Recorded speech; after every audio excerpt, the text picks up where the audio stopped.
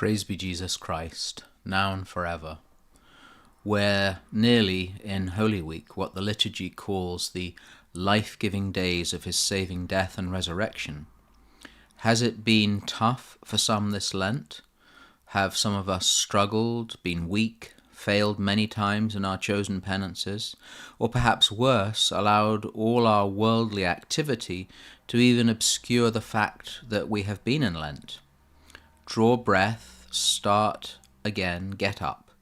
Make a good confession, absolutely the best way to be ready for Easter, and live Holy Week. It's amusing that so many barely practicing Catholics enjoy wearing their ash cross prominently on their forehead, but in the holiest week of the entire Christian year behave as the pagans. Let us not be one of them.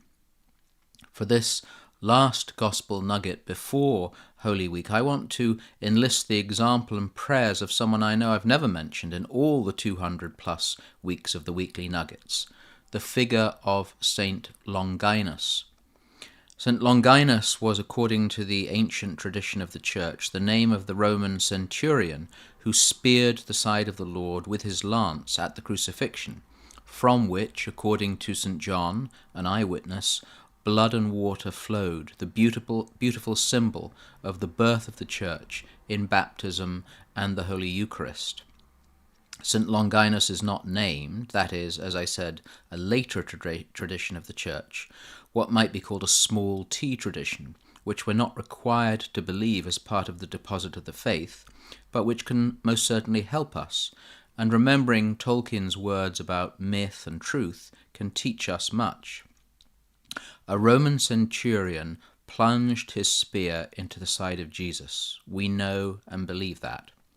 He also, and this is our critical lesson for these days, made a profession of faith in him who he was assaulting. Truly this man was the Son of God. At the crucifixion, a Roman soldier and a thief become the first believers in the saving death of Christ on the cross. Was he called Longinus? Well, he certainly had a name, and the Church has long addressed him as such. The pious legends, which may be true, say he became a follower, disciple, and died a martyr in Cappadocia. St. Longinus, our companion for these days as we move into Holy Week, gives us several gifts and spurs us to imitation. His act of faith was prompted by the death of Christ on the cross.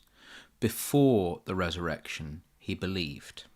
In the midst of our suffering, the many crosses we must endure, Longinus tells us to look at the cross, look at the Lord hanging from its beams, and find hope. Without the cross, there is no resurrection. As a famous preacher used to say, no cross, no crown. St. Longinus, in something I have referred to before, is captured remarkably in Mel Gibson's The Passion of the Christ, being showered with the blood and water, but is not repulsed or horrified. He seems ecstatic. This is a profound insight. From the pierced side of Christ flows the lifeblood of the Church, our strength for the journey. We are washed in the waters of baptism and become sons and daughters of the Father, and we are bathed in the blood of the Lamb. This is what we affirm and recommit ourselves to on Easter Day. Lastly, St. Longinus tells us that it's never too late. Not too late for the thief on the cross to repent and request admittance to the kingdom. Not too late for a Roman centurion, a hated occupier, who had probably done many things for which he needed forgiveness. It is not too late for us. Repent and believe the good news.